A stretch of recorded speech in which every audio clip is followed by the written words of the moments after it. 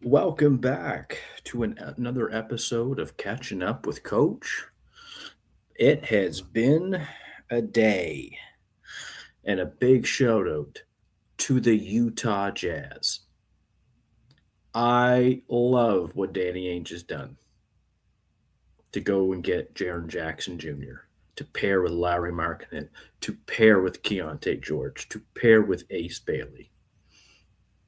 They really didn't give up much in player equity for him. Now, they did give up 3 picks, so kudos to Memphis, who now has, I think they have just as, if not one of the most first-round picks moving forward. I think they got like 13 first over the next 7 years, something like that, and which is ridiculous. I'd have to check Bobby Marks again, just to be sure. I just want to make sure I'm correct on this for the audience, but I'm pretty sure it's something ridiculous.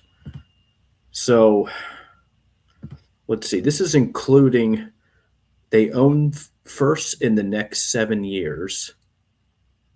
Okay, so from 2026 to 2032, their own first. Plus, they have the 2026 more favorable firsts of Orlando or Phoenix. Probably, that's a good question. Plus their own. A 2027 top 4 protected first from the Lakers, which they're probably going to get.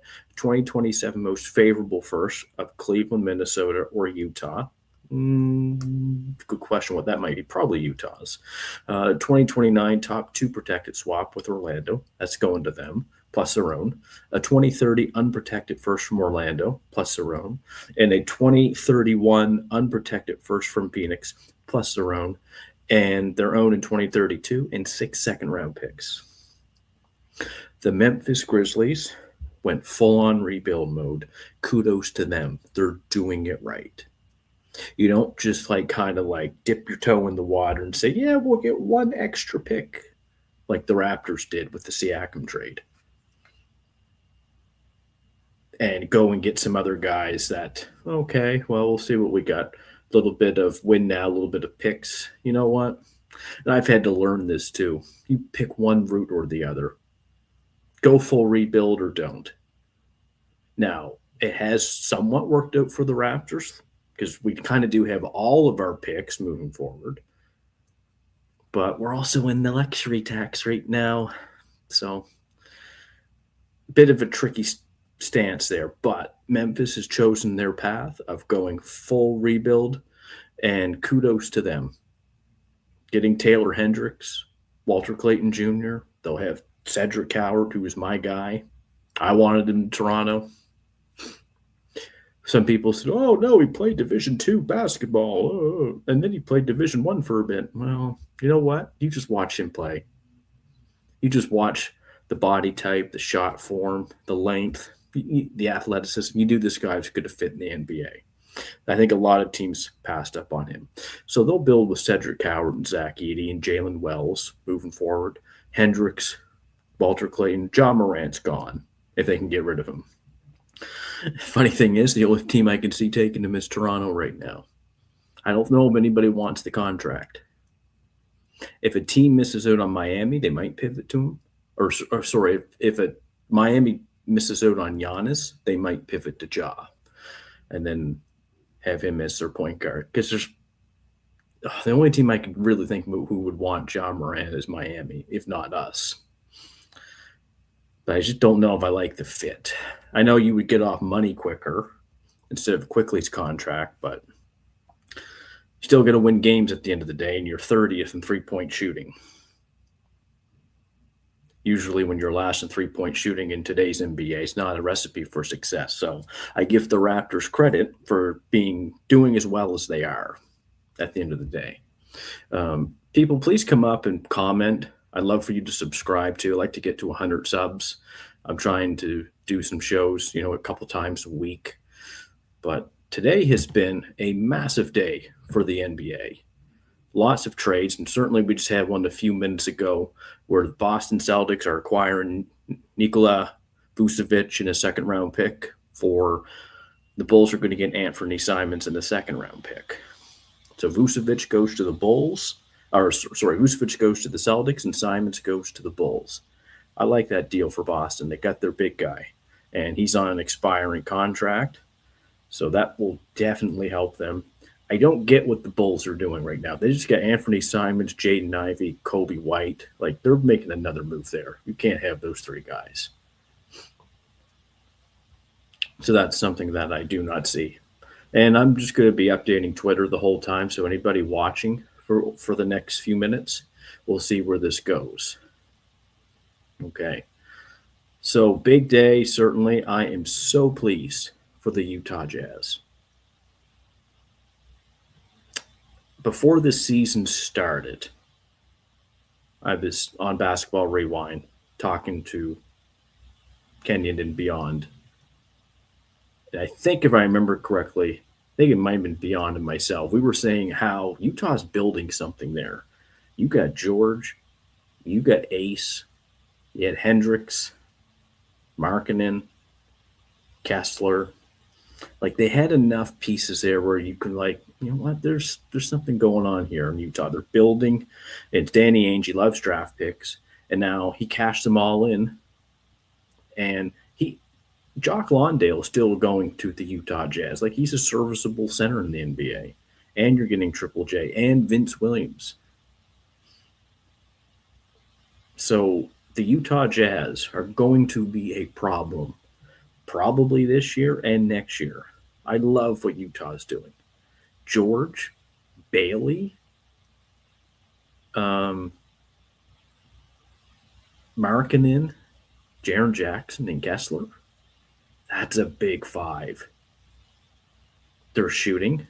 Four of those guys can shoot. Rim protection, you got Kessler and Triple J. You got Triple J and Markkanen and George is like a big three on offense. And you got Ace coming. Oh, gosh. Things are looking up in Utah right now. And come next season, if they can all stay healthy, wow. How you going to score on that? Their biggest problem will be health because Markkanen's been hurt. Triple J has a checkered injury history as well. Kessler.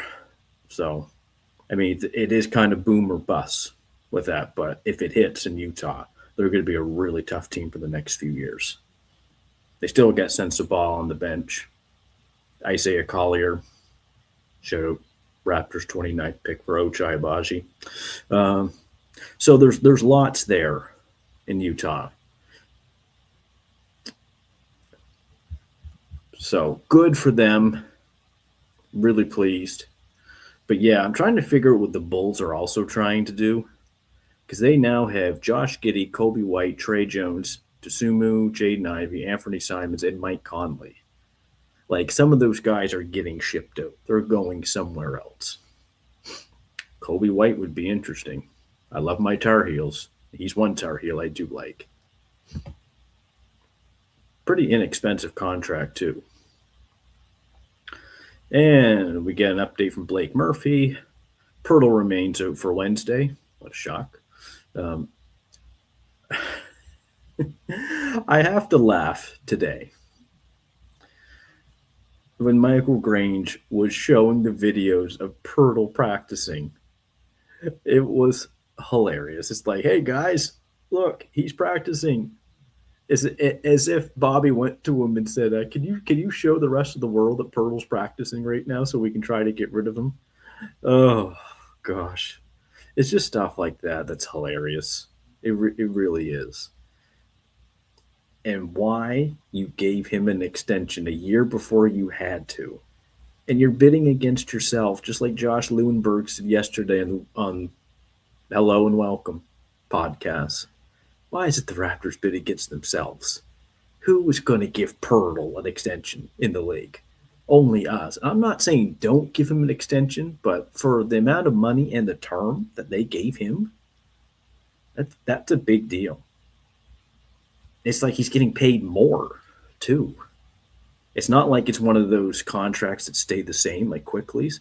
Like, if Poeltl was getting paid, let's just say like 19 to 20 million for the next 3 or 4 years, you can justify that, I think. You can't justify 25 to 27 million after next year. That's just ridiculous. And quite honestly, I hope the bottom doesn't fall out of the team, but if this team fell to the play-in and you got eliminated and you can't get off the Poeltl contract, somebody might be getting their pink slip. Because that's something, if you didn't give if you had no long-term plans to begin with Poeltl, then why give him the contract? Like, again, you're bidding against yourself. He had a good year last year, but Poeltl is not 26 years old. He's 30 years old. Typically, big guys don't get better with age. They usually hit a peak and then they decline. So that was one that Mr. Webster, a few days on the job, decides to give Poeltl a big extension, which everyone in the NBA is like, that's a terrible contract and extension. We don't want that. But here come the Grizzlies. Because we all know about the Sabonis deal to Toronto, potentially RJ going to Sacramento. Me being an RJ Barrett fan, I don't want him to leave. Especially you get the Canadian kid who could be competing for a Canadian team in the playoffs. Now he's got to go to Sacramento, the worst team in the league. I feel bad for RJ. How he's constantly in trade rumors, but I get it. That's kind of the nature of the NBA. But this, these trade talks with Sabonis and Poeltl and RJ have been at a standstill because, justifiably, why would Sacramento want the Poeltl contract? They probably want 2 picks to offset that extension that was given to him. But now the Grizzlies are involved. This is according to Brett Siegel. The Grizzlies have emerged as a potential suitor for Raptor center Jakob Poeltl as Toronto continues to pursue King star Domantas Sabonis. Memphis just created the TPE exception from the Jackson trade they can use for Poeltl. If the Grizzlies come to the rescue for Bobby's screw-up and giving him that extension, I don't know. But I also would feel bad, not feel bad, but if Sacramento got no picks out of this now, they just get the players and the Grizzlies get the picks for taking on Poeltl. That would be hilarious. The Sacramento Kings fan would lose their mind. I'm seeing, shout out to Raptor fan Manib, who I know from the Spaces. He put a trade up in there. Basically, the Grizzlies would get Quickly and Poeltl, and I think they would get the 2 picks, like 2027, 2029. The Kings get Ochai and RJ, and we get Domantas Sabonis and Ja Morant, which is quite something for a team that cannot shoot. We already 30th in the league for 3-point shots. Boy, that would put a lot on Ingram. I don't even know who plays the 2 guard. Probably Jacoby. Darko seems to trust Jacoby more than he does Grady right now. Quite honestly, though, Grady's got to start making some stationary threes, the set shots. I went to bat for Grady 3 weeks ago saying, Darko, play this guy more to get him in rhythm. You're down so many people due to injuries. Why not play him? They did. The numbers went up. The productivity went up. And once everybody came back, numbers went back down again. And Grady could not play in that Orlando game. If I was Darko, I'd have taken him out too, like he did in the first half. He turned the ball over. He just looked scared, not confident at all in that game. So I don't know what's happened to our Kansas products who can no longer shoot, Ochai and Grady. But we're in big trouble. Being 30th in the NBA in 3-point percentage, 30th, yet we're still 4th in the East. That's quite something.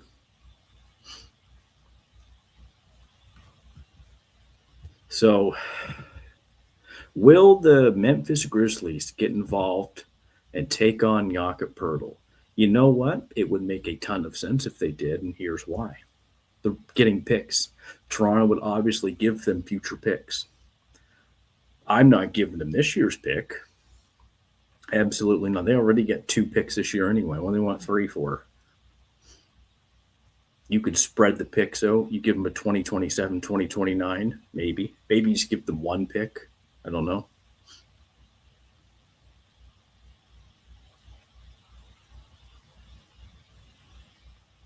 If I'm quiet, people, I'm just scrolling on Twitter. Of course, I did mention Vucevic is going to the Celtics. Simons is going to the Bulls. Way too many guards there. I thought we were the Smurfs. The Bulls are now, especially now that Vucevic is gone. But yeah, the Sabonis deal. I mean, the only thing that's in the way is Poeltl. This deal, they'd have done this sooner, but they don't want the Poeltl contract.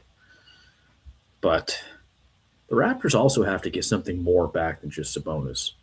If you're sending out Poeltl, Barrett, and Ochai, that would leave the team with 12 roster players. You still have to take on at least one more or two more, ideally. I think you would want two more.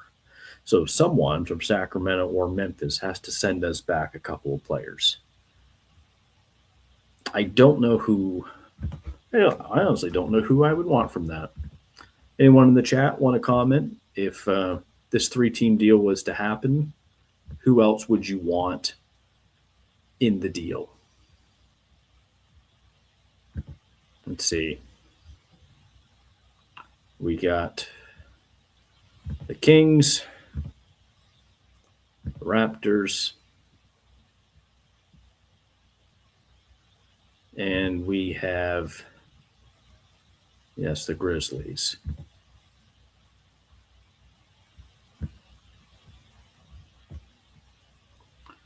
So obviously, I think it's the Grizzlies we would probably get more guys from. Probably have to be small contracts. What are we going to do? Take back GG Jackson? Don't tease me, Bobby. Don't do that to a fella. That would be quite something, though. I tweeted out a few, maybe yesterday or 2 days ago. I'm not a fan of giving up multiple picks for Sabonis, for Anthony Davis, or John Morant. Not doing it.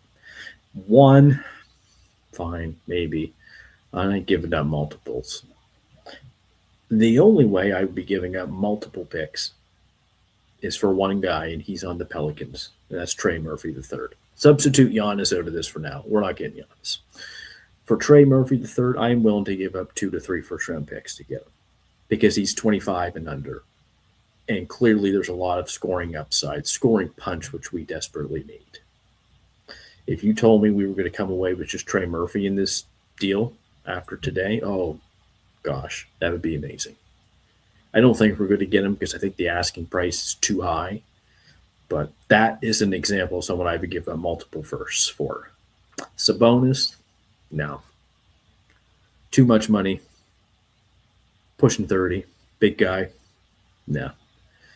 Anthony Davis, we all know about him. Heard all the time. I think you give up multiple picks for someone who is good now and could get better in the future. And I think that's Trey Murphy. See, when you're whatever you're getting from Sabonis, and I like Sabonis from a basketball standpoint, what he can offer, but it's kind of what you see is what you get. And I don't think giving up 2 picks would help. That's for sure. So we shall see where this is going to move forward with the trade deadline. Will Sabonis be a Raptor? Will Poeltl still be on the team? Will RJ still be on the team? Will they just make a small move? I think there's too much smoke around this. I think Sabonis is coming here. I think there's going to be a deal of some sort. If Memphis gets involved in this deal, it would really help out in facilitating it. And then you move forward with Sabonis, Barnes, and Ingram. In the East, is that enough? Is it one of the better front courts? I think it's certainly one of the better front courts in the East. But if Jason Tatum ever came back, Boston might have the best front court in the East now. With Brown, Tatum, and Vooch? Probably. Detroit's good at the guard spot, and obviously Durham's good too. But we would have one of the better front courts with Sabonis. offensively. Defensively, I mean, Scotty still has to do a ton of work. So, anyways, we're going to end there for today, people. Thank you very much. Short show. We're probably going to look to come back on after the deadline or deadline day to see how things are going. I would love if people, come up and post in the chat. It'd be great. Subscribe. Love that too. But take care, everybody. See you down the road.